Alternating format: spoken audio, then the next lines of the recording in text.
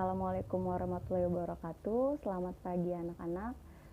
Kembali lagi bersama Ibu dalam mata pelajaran biologi. Alhamdulillahirrahmanirrahim, kita masih dipertemukan dalam mata pelajaran ini.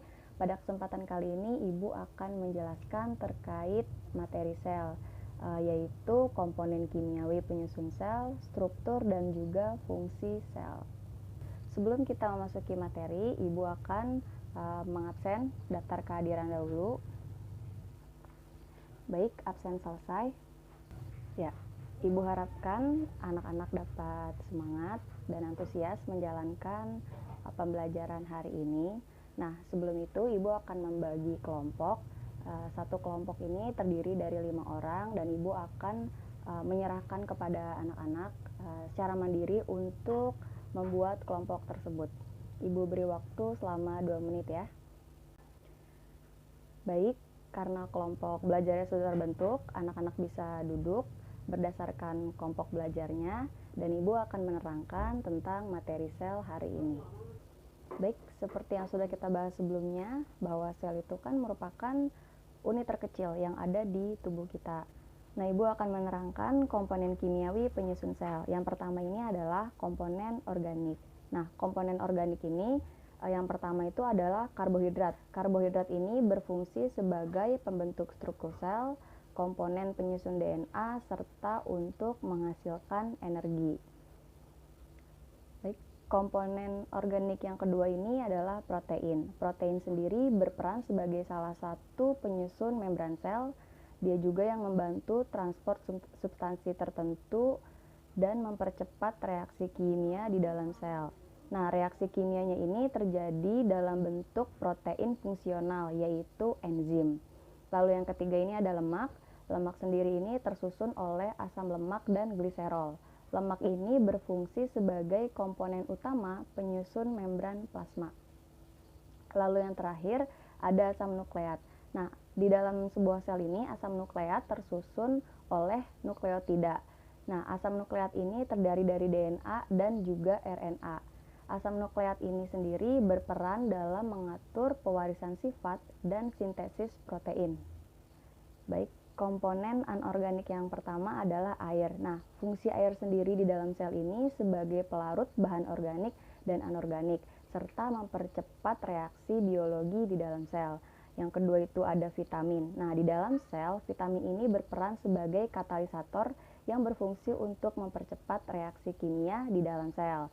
Nah, macam-macam vitamin itu seperti yang sudah kita ketahui ya, tentunya ada vitamin A, vitamin D, E, K, dan juga vitamin C. Lalu ada mineral. Nah, mineral sendiri berperan dalam aktivitas metabolisme sel, pengatur kerja enzim, serta memelihara tekanan osmosis di dalam sel. Baik, selanjutnya adalah struktur dan fungsi bagian-bagian sel. Nah, para ahli menggolongkan sel menjadi 2 kelompok, yaitu sel prokariot dan juga sel eukariotik. Nah, sel prokariotik ini memiliki struktur yang lebih sederhana, misalnya seperti bakteri, ganggang hijau maupun ganggang biru. Sedangkan sel eukariotik memiliki struktur yang lebih kompleks, contohnya itu seperti protista, fungi, tumbuhan, dan juga hewan. Nah, selanjutnya ini adalah struktur sel prokariotik. Nah, struktur umum sel prokariotik yang diwakili oleh bakteri secara berturut-turut ya, mulai dari luar hingga ke dalam itu ada dinding sel, ada membran sel, mesosom, sitoplasma, ribosom, dan juga materi inti. Materi inti ini adalah DNA dan juga RNA. Nah, di sini ada dinding sel. Dinding sel di dalam bakteri ini berfungsi untuk menahan tekanan osmotik sitoplasma, sehingga sel ini tidak mudah pecah akibat masuknya air ke dalam sel. Lalu ada membran sel. Nah, pada bakteri, membran sel ini berfungsi dalam seleksi dan pengangkutan larutan ke dalam sel, berperan dalam transfer elektron juga. Lalu ada plasmid nih di dalam sel prokariotik. Plasmid ini fungsinya untuk rekayasa genetika. Dia ini sebagai vektor pembawa gen asing yang disisipkan pada bakteri. Lalu ada pili. Pili ini merupakan rambut halus yang tumbuh di dinding sel. Fungsinya ini untuk perekatan pada substrat dan penyaluran materi genetik. Lalu ada flagel. Flagel sendiri berfungsi sebagai alat gerak pada sel prokariotik. Nah, untuk ribosom, sitoplasma nanti akan Ibu jelaskan pada slide berikutnya. Nah, selanjutnya ini ada struktur sel eukariotik. Seperti yang sudah Ibu jelaskan tadi, contohnya itu sel eukariotik ini terdapat pada hewan, tumbuhan, fungi, dan protista. Nah, sel eukariotik ini tersusun atas yang pertama ya, ada membran sel, ada sitoplasma, nukleus, sentriol, retikulum, endoplasma, ada ribosom, ada kompleks Golgi, lisosom, dan banyak lagi. Nah, organel-organel di dalam sel ini memiliki peran yang sangat penting bagi kelangsungan hidup sel. Nah, setiap organel di dalam sel ini memiliki fungsi yang berbeda-beda. Nah, struktur yang pertama ini ada membran sel. Nah, membran sel sendiri memiliki struktur khusus yang berfungsi untuk memisahkan isi sel dengan lingkungan luarnya. Nah, struktur ini dinamakan membran plasma atau membran sel. Fungsinya sendiri, dia ini sebagai pengangkut isi sel, lalu menyaring masuknya zat-zat yang masuk ke dalam sel. Dia juga yang akan memproses terhadap sinyal dari luar untuk interaksi interseluler dan sebagai tempat aktivitas biokimiawi dan untuk transduksi energi. Nah, yang kedua ini ada sitoplasma. Sitoplasma sendiri ini merupakan cairan yang ada di dalam sel, cairan yang dibungkus oleh membran plasma itu sendiri. Nah, sitoplasma ini mengandung gula, asam amino, lemak, ion-ion, dan senyawa kimia lainnya yang digunakan untuk metabolisme sel. Nah, bagian sitoplasma yang berbeda di antara organel ini dinamakan sitosol. Volume sitosol ini kurang lebih sekitar ada 50% dari volume sel. Nah, di dalam sitosol ini terdapat protein dan enzim-enzim untuk reaksi kimia. Nah, organel pertama yang akan Ibu jelaskan adalah inti sel. Kalian bisa lihat sendiri melalui gambar. Nah, pada umumnya sel eukariotik ini memiliki satu inti sel dan bentuknya ini bulat. Nah, bagian-bagian yang menyusun inti sel ini ada membran inti, ada pori membran, ada matriks inti sel, ada kromatin atau kromosom, dan juga ada anak inti atau nukleus. Yang kedua ini adalah mitokondria. Seperti gambar yang Ibu tampilkan, mitokondria ini bentuknya bulat lonjong atau bercabang. Nah, diameternya ini antara 0,2 sampai 0,7 mikrometer. Nah, mitokondria ini memiliki DNA sendiri ya, dan fungsinya ini sebagai tempat produksi energi. Lalu respirasi seluler yang terjadi di mitokondria untuk menghasilkan energi yang digunakan oleh sel. Lalu ada retikulum endoplasma. Nah, RE ini dibedakan menjadi dua. Ada retikulum endoplasma halus dan juga retikulum endoplasma kasar. Nah, RE kasar ini permukaan luar membrannya ini banyak ditempeli oleh ribosom ya.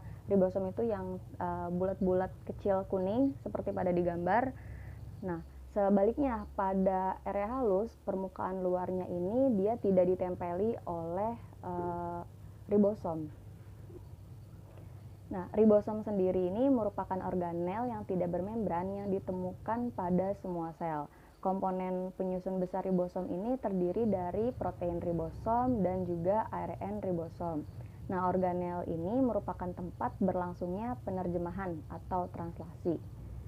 Lalu ada badan Golgi. Badan Golgi ini dijumpai hampir pada semua sel tumbuhan dan juga sel hewan. Badan Golgi ini berfungsi untuk yang pertama nih ya, sebagai alat transport materi keluar sel. Nah, dia juga yang akan membentuk kantong vesikula. Lalu, pada sel tumbuhan yang sedang membelah, badan Golgi ini berperan dalam pembentukan komponen dinding sel yang baru. Nah, selanjutnya Ibu akan menerangkan apa yang membedakan antara sel hewan dan juga sel tumbuhan. Yang pertama nih ya, sel hewan itu punya sentriol, sedangkan sel tumbuhan tidak punya. Sentriol ini berfungsi sebagai bahan pembentuk silia dan flagel. Nah, yang kedua ini Sel hewan itu tidak ada pembentukan dinding sel, sedangkan sel tumbuhan itu terdapat sitokinesis dan pembentukan dinding sel. Nah, dinding sel ini yang dapat memberikan dukungan dan perlindungan ya sebagai filter bagi struktur dan fungsi sel itu sendiri. Nah, dinding sel ini yang akan mencegah kelebihan air yang masuk ke dalam sel tumbuhan. Nah, lalu yang ketiga ini, kalau sel hewan tidak memiliki plastida, sel tumbuhan itu memiliki ya, umumnya tuh memiliki plastida. Plastida ini merupakan organel yang mengandung pigmen. Contohnya ini seperti kloroplas. Kloroplas ini plastida yang mengandung pigmen klorofil atau hijau. Lalu ada kromoplas. Kromoplas sendiri ini merupakan plastida yang mengandung pigmen berwarna merah, jingga, dan juga kuning. Nah, lalu yang terakhir itu ada leukoplas. Leukoplas ini merupakan plastida yang tidak mengandung pigmen. Nah, selanjutnya pada sel hewan ini memiliki lisosom, sedangkan sel tumbuhan itu tidak memiliki lisosom. Nah, lisosom sendiri ini berfungsi utama untuk pencernaan intrasel ya. Materi yang dicerna ini dapat berasal dari luar sel ataupun dari dalam sel hewan itu sendiri. Di sel hewan itu ada timbunan zat berupa lemak dan juga glikogen. Sedangkan di sel tumbuhan ini timbunan zatnya ini berupa pati. Nah, lalu pada sel hewan sendiri, sel hewan ini bentuknya tidak tetap karena kan tadi dia lapisan terluarnya itu membran sel ya. Sedangkan sel tumbuhan ini bentuknya tetap karena dia ada dinding sel itu yang memberi bentuk. Lalu pada hewan tertentu ia memiliki vakuola. Ukurannya kecil dan jumlahnya lebih sedikit, sedangkan sel tumbuhan ini memiliki vakuola dengan ukuran yang lebih besar dan jumlahnya banyak. Fungsinya sendiri ini sebagai tempat penyimpanan cadangan makanan, juga sisa-sisa metabolisme. Selanjutnya ini adalah plasmodesmata. Plasmodesmata ini merupakan bentuk hubungan atau komunikasi antar sel dengan sel tetangganya yang terjalin karena adanya jalur membran itu ya. Jalur membran retikulum endoplasma sel yang satu ke sel lainnya melalui suatu celah khusus ya yang terbentuk di antara kedua sel yang berhimpitan. Nah, plasmodesmata ini hanya terdapat pada tumbuhan. Jadi pada sel hewan plasmodesmata itu tidak ada. Ya, terima kasih. Itu saja yang dapat Ibu sampaikan terkait materi sel hari ini. Nah, selanjutnya Ibu akan memberikan kesempatan kepada anak-anak untuk mengidentifikasi sebanyak mungkin pertanyaan terkait materi tadi yang sekiranya belum dipahami. Nah, pertanyaan yang sudah terkumpul ini bisa didiskusikan bersama-sama oleh kelompok yang sudah dibentuk tadi, nanti dibantu oleh Ibu juga. Lalu dipresentasikan ya hasilnya berdasarkan kelompok yang sudah dibentuk tadi.